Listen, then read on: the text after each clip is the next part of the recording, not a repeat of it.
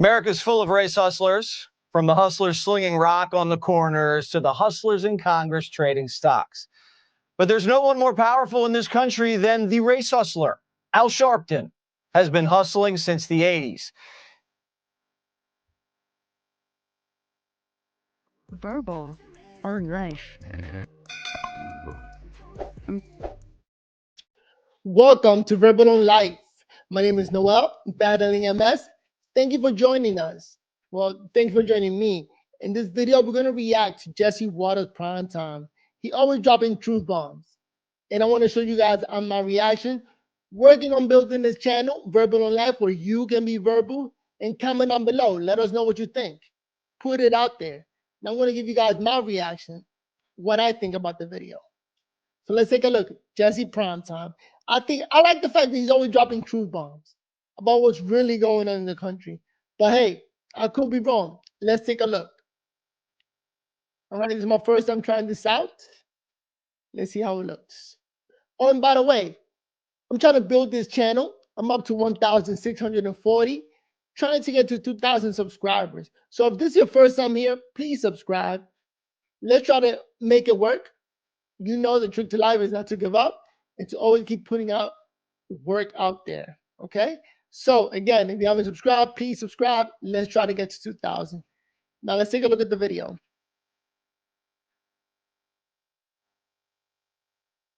He started off as a street soldier in a tight track suit, organizing against corporations, politicians, and police. Today, Sharpton's a major player in the Democratic Party. He runs the National Action Network. It's an activist group that rakes in millions a year. Sharpton gets a nice cut. Now, Jesse got to be a little bit careful here because a lot of people don't remember the history of Al Sharpton, how he used to use racing. He was a really, really big race hustler back in the days. Okay, so, I mean, if you remember his history, comment down below. But here, Jesse's doing his best to educate the viewers. Every year, Sharpton throws a big old party and invites all the top Democrats. This year's theme? DEI. We're marching from here to Bill Ackman's office with our protests. DEI Thursday. DEI is the new N-word. The battle of the next decade is DEI. We have heard so many attacks, and some of them inaccurate, about diversity, equity, inclusion programs, DEI. I mean, this overt racism, attack on diversity, equity, and inclusion. They're not a fan of our DEI Thursdays. It's okay. But it doesn't seem like they're a fan of Biden either. What has Joe Biden done for black voters? I would say nothing. I'm not voting for Joe Biden. You can put that on. It is our intention to be behind him. Also hold him accountable. So what has he done for the black community? It's the end of my sentence, period. Who will you be voting for? Independent. Why are African-American voters flocking to Donald Trump? They had it better when he was in office the first time. He's helping them. How?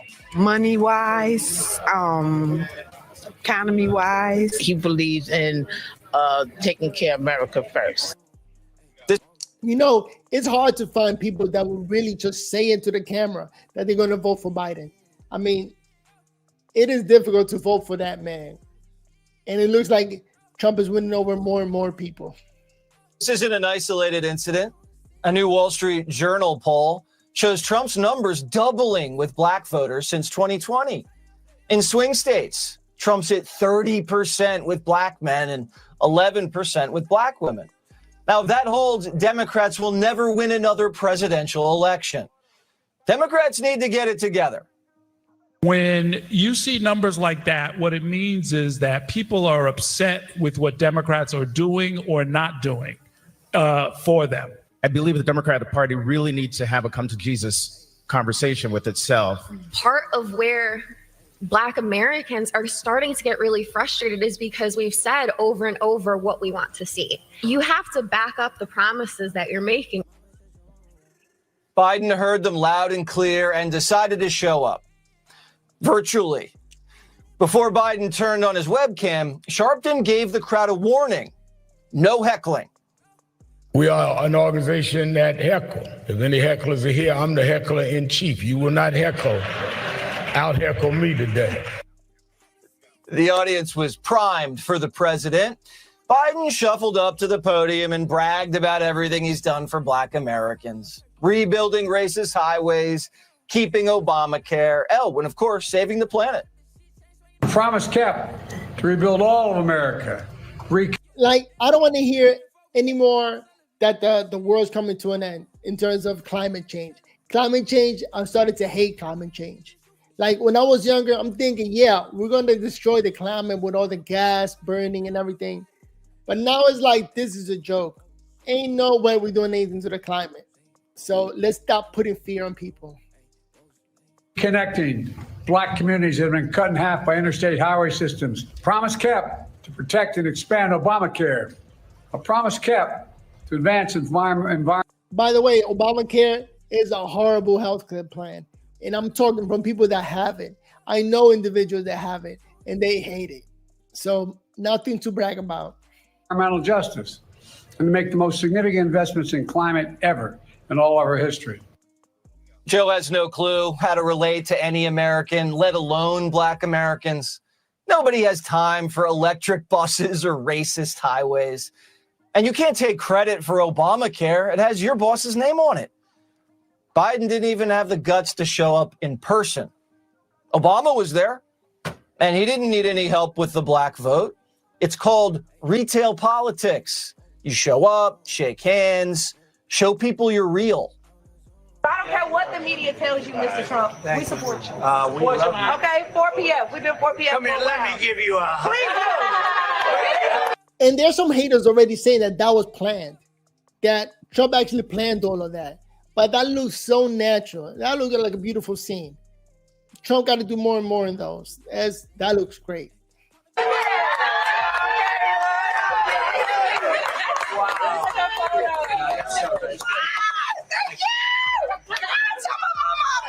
Come on in. Come on in. Come on in. Yes, We're going to get rid of Biden. yes. That's better than any campaign ad money can buy. Yep. One of those women, a grassroots political activist, explained Trump's appeal this morning. Watch.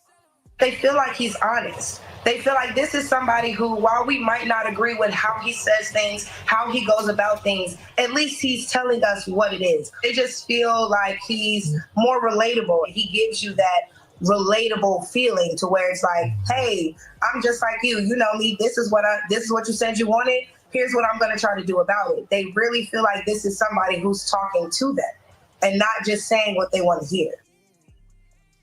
Americans, regardless of race, just want somebody to tell it to us like it is. Here's Trump today. We're a nation in decline. We're a declining nation. We have tremendous inflation. The inflation's coming back at levels that nobody thought they really would have. If you look at the categories of inflation, they have the worst categories. Many categories are not included. And if you included that, your inflation number would be substantially higher than it is now. And it's already at records. So inflation is back.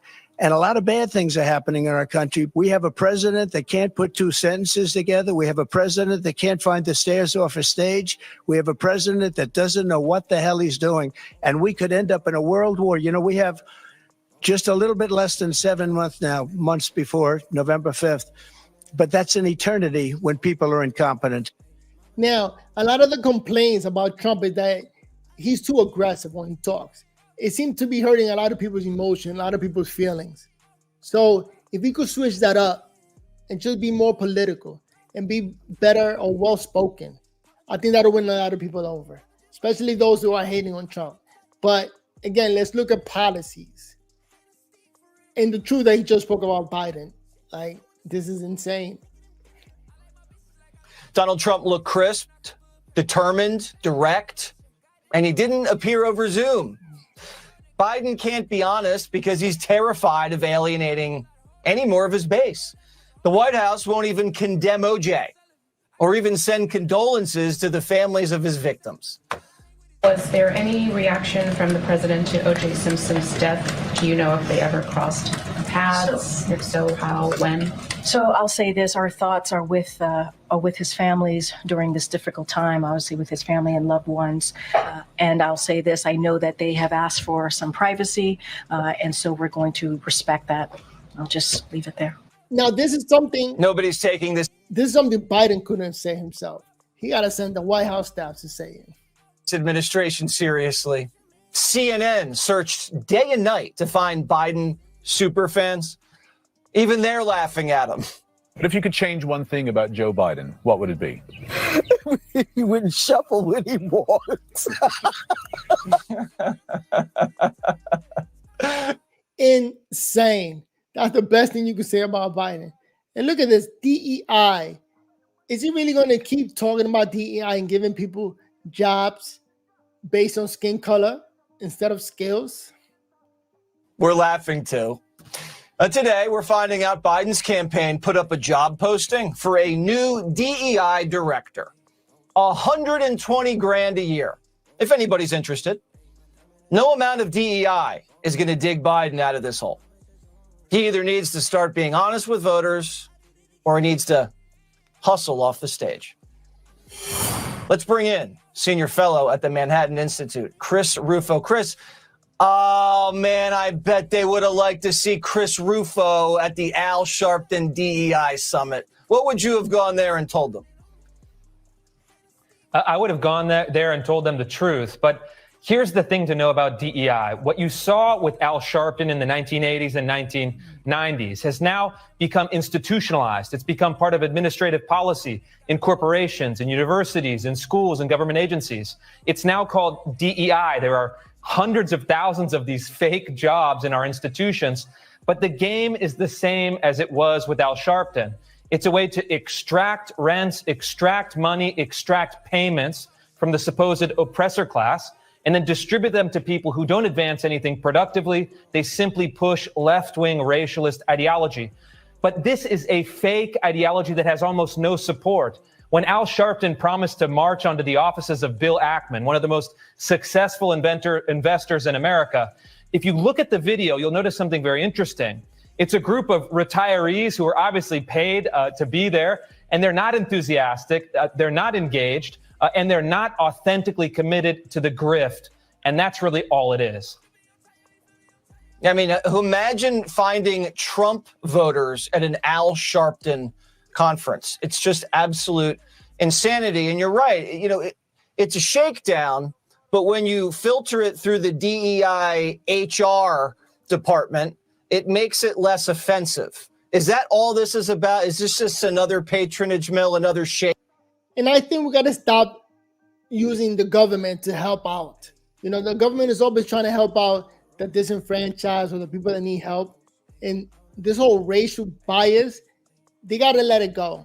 You know, there are individuals who are not letting it go, who keep talking about that everything is racist. Instead of putting everything behind them, just letting it go. We don't need DEI. Even Charlamagne the God said it, that we don't need DEI. DEI is just helping destroy this country. It's not really helping anybody. Shakedown that just sounds a little bit better. That's exactly right. So it's an inside-outside game. You have the old school street activists like Al Sharpton leading protests, putting media pressure on these institutions. And then on the inside, corporations, for example, have decided to pay what is a DEI tax. Every executive in the United States knows that DEI is anti-excellence, anti-merit, anti-competitiveness, but they've decided that's an insurance that's worth paying. That's the dynamic that we need to change. What he just said there is awful. You know, how about giving people who deserve the job, who can do the job, who could do a great job and just advance the companies or the government agencies? Whoever gets the job is just doing great. It makes other people do great. Come on now. Not only that, but when you see like a lazy employee, that makes other people be lazy. You don't got to do much around here. So that sort of trickles down. Being laziness trickles and being great trickles. It's DEI insurance. You're exactly right. And when you see evidence that a lot of these very wealthy companies are axing their DEI, What does that tell you? It tells you that we have successfully changed the incentives for these executives. We've now said no more DEI, institute policies of colorblind equality, treat everyone equally as an individual, not as an avatar of their racial group. This is the American way. This is fair. This is just. This is going to get back American excellence. And so we are putting pressure on DEI. We're abolishing the institutions of DEI in red states, and we're not going to stop there. This is a fight that Americans have to fight, and it should be the end of DEI. Biden's reelection campaign says it's not the end. 120 grand a year, Chris. I don't know what they're going to do. That's probably a bad omen. That's a lot of money because I worked for 20 years. My salary never got that high. That's insane. Well, you know, they'd probably try to make you put your pronouns in your email signature. They'll make sure that when Google has their artificial intelligence, they'll keep generating, you know, Black George Washington. They didn't do anything of significance. It's all empty symbolism. It's all word games. And I hope that the DEI director is very effective for the Biden campaign and cripples its prospects in the fall. Well, there you have it. A job. You can make $120,000 a DEI director. God only knows what they do, but it can't be that great of a job. But you know what? If you're still watching, you've been watching this long, my name is Noel, battling MS. Welcome to Verbal on Life. Trying to grow this channel. If you haven't subscribed, go ahead and click on that subscribe button and click on that like so more people can see this video. Again, trying to grow this channel. Shout out to all the new subscribers. And just trying to keep you as much informed as possible. Best we can do. And just wanted to share that Jesse video about DEI and how it's destroying the country. And we need to get rid of it. So I'm going to leave it right there. Comment below. See you in the next video. Peace. Verbal or life. And I'm out. Actually, this is the first time I go live with the background music and just showing the Jesse episode. Just to check it out to see how it goes. Or should I have done it like this better?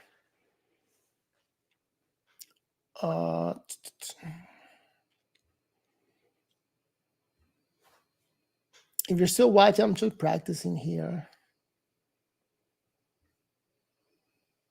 See how this looks.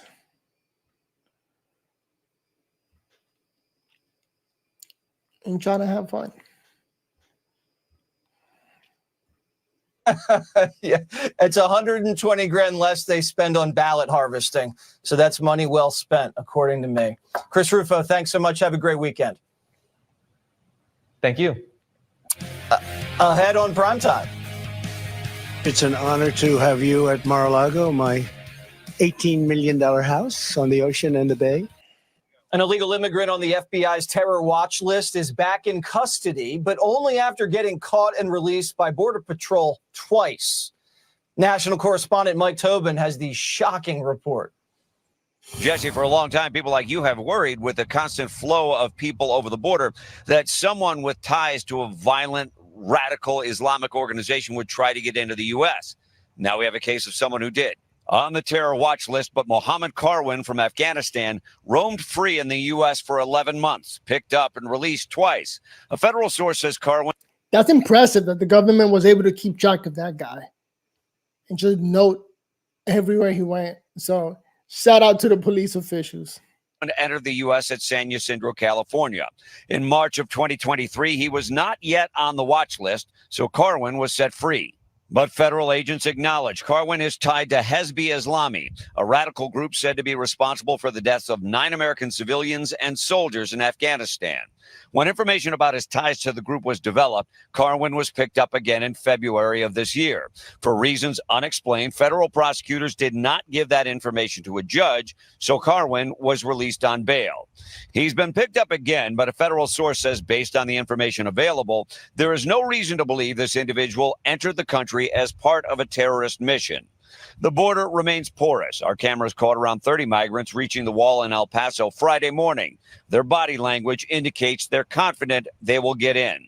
The city of El Paso says agents average just shy of 1,000 such migrant encounters. This is kind of the reason why we need Trump back, man. You don't need the what's he doing? You don't need Congress or anybody else. The president could just close it down. Can't wait to get Trump back. I hate to be biased, but let's be honest. Every day. It's important that we do something to secure the border because we're experiencing too many criminals that have already come into our country illegally. Releasing pictures of a new stash house that was raided in El Paso, agents say they have found 136 depots for human smuggling this year. That's already half the total of last fiscal year. It's becoming the normal course of business, right? It's a stash house almost every day. Customs and Border Protection just released new numbers showing that 76 people on the terror watch list were picked up trying to get into the U.S. this fiscal year. The numbers also show a decrease in border traffic or encounters since December, but the traffic is still significantly higher than when President Biden took office. Jesse, back to you. Migrant crime is quickly becoming one of the largest issues affecting the American people. Communities all across the United States are being terrorized by violent illegals while Biden rolls out the red carpet for them with his open border policies. But Donald Trump's pledging to take care of the problem and keep our citizens safe when Republicans get back in power. We have millions of people coming into our country. Millions and millions of people are pouring in at levels that nobody's reporting, nobody's going to talk about. But I believe you could have 15 million already in. Some are terrorists. They come from jails and prisons. They come from mental institutions and insane asylums. Our country is like a dumping ground, and we're going to have it stop. And Biden should do it immediately. He should close the border immediately. He needs no legislation. They come from places that you don't want to know about, and they're going to be big problems. And it's getting worse. It's migrant crime. It's a new category of crime, migrant crime. And I just demand, as a citizen, I demand the border has to be closed. Our country cannot take it. No country could take it. It's not sustainable by any country. Just by this, I think Trump is going to win the next election. I mean, this is a big part of it. Country. Help can't come fast enough. Wild body cam footage shows a migrant mob scuffling with police in a New York hotel that was turned into a shelter for illegals. Officers responded to a 911 call from a hotel worker saying that an unruly migrant was getting violent and was throwing things at other people in the shelter. When officers arrived on the scene, they attempted to detain the suspect in the hotel lobby, but they were quickly overwhelmed by migrants who swarmed them and then tried to pull the perp away so he couldn't be arrested. They even tried to block the building's exit so police couldn't take the violent migrant to the squad car. That's crazy. I mean, what are we doing here? Wrestling migrants down in camps? Come on now. Somebody got to complain about this. More people got to complain about this. This is crazy.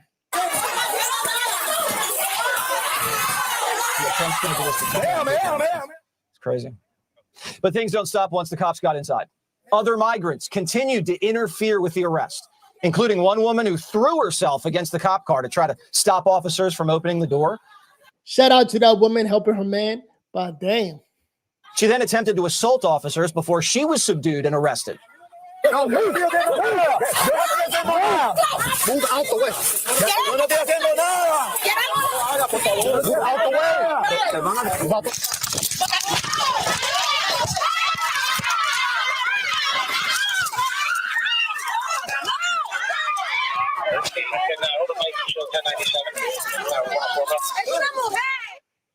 The same migrants causing trouble at this hotel are now complaining about the shelter's conditions.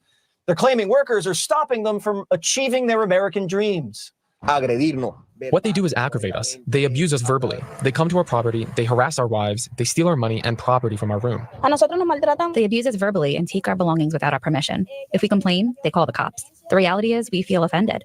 We come to this country with an American dream. America First legal founder Stephen Miller joins me now. I mean, these are just tough scenes. Oh, wow, that's in Yonkers, New York. I know people that live there. Scenes to watch, Miller, but, you know, if you got to pull people out like that, that's the law. You're not allowed to cause a ruckus. I'm sorry. I don't care what they do in Venezuela. You're not allowed to be an unruly illegal alien in this country, Jesse. You're not allowed to break into the country. You're not allowed to live in the country. You're not allowed to work in the country. You're not allowed to be here, let alone to commit crimes here, as we have a criminal migrant invasion on our hands. Let me speak bluntly to you. That's all right, Jesse, if I speak bluntly tonight, I'm sure. Please, if you must. We've known each other for a long time. I'm going to be very direct. Speaking tonight as private citizen Miller. This is your choice, America. If you import the third world, you become the third world. Simple as that. Elect Joe Biden, and America becomes the third world. Best said. Well said. Elect Donald Trump, and America remains America. That's it. Two paths, America. Two choices. Choose your future. Third world or an American century. That is it. Because what you're seeing in New York, what you're seeing in LA, what you're seeing on the Texas border is coming to every city, every town, from every part of the world. I mean, the Biden policy is so insane. You have illegal immigrants showing up from terrorist countries, and they're putting them in the system and saying, well, we don't have any information on him. Let's just let him in and see what happens. Oh, this guy's here from a terrorist hotbed in Yemen. I'll just let him in, see what he does. We'll find out later, I guess. That's the Joe Biden immigration policy. Suicidal doesn't even begin to describe it. Miller, the best part about that last piece we saw with Tobin, they said, yeah, he's a terrorist, but he wasn't here on a terrorist mission. What? He was here to sightsee. How do they know he's not? You know, a lot of people don't see it. A lot of people who live in blue cities live like in a bubble, and they don't see all the migrants and all the craziness live. They don't see it in person, you know, and the more and more migrants come in, the more they see it and it affects them, then they complain about it. But again, rich people live in a bubble and don't see this. Yes, because he told Joe Biden. I'm Joe Biden said, if you asked him if he's here to hurt anybody, they said, oh, let's ask him, Joe. No, he told us he's not here to hurt anybody. He's going to save the terrorism for his home country. So they said, okay, great. Let him in. Let him enjoy his life in America. Let him enjoy the sightseeing. Maybe he'll go to the Grand Canyon. Maybe he'll go to Mount Rushmore. Yes, this is the kind of migration that we are getting into America. Miller, now it's about money, and even the media is admitting it's about money. This is a headline from the Associated Press. A healthy U.S. economy's secret ingredient, immigrant workers eager to fill jobs. Miller, I was told they were here because they thought they'd be killed in their home countries, not because they were going to take our jobs. Yes, because everybody knows if you're an illegal alien from Afghanistan who's being persecuted, the safest way to get out of danger is to travel 7,000 miles, not to any other country in the Middle East. The 7,000 miles through the jungles of Panama, through Central America, through Mexico. Yes, that's the easiest way to avoid the tribal leader who doesn't like you. Just a quick 7,000-mile journey. Jesse, they're taking jobs. They're not filling jobs. All job growth under Biden is going to foreign workers. And American workers are losing their jobs, losing their incomes, and losing their futures. All right, we're just going to call them Biden's illegal migrants. And we're going to leave it right there. And again, welcome to Verbal on Live. My name is Noel. I think this is the third time I've said it. Thank you for joining us. Here we are just trying to shed some light on what's going on out there so you can be Verbal on Live. And comment below. Put your comments down there. And if you're still watching, been doing this video now for 27 minutes, thank you. And I hope I earned your subscription. So go ahead and subscribe. Let's try to get to 2,000. That's the goal for now. All right. Thank you. Shout out to all the new subscribers. And Noel here, battling a mess with you. Go ahead and subscribe if you found value to this video. Peace. I'm always looking down. I got to look at the camera, maybe look at the side. Working on it. And see you in the next video.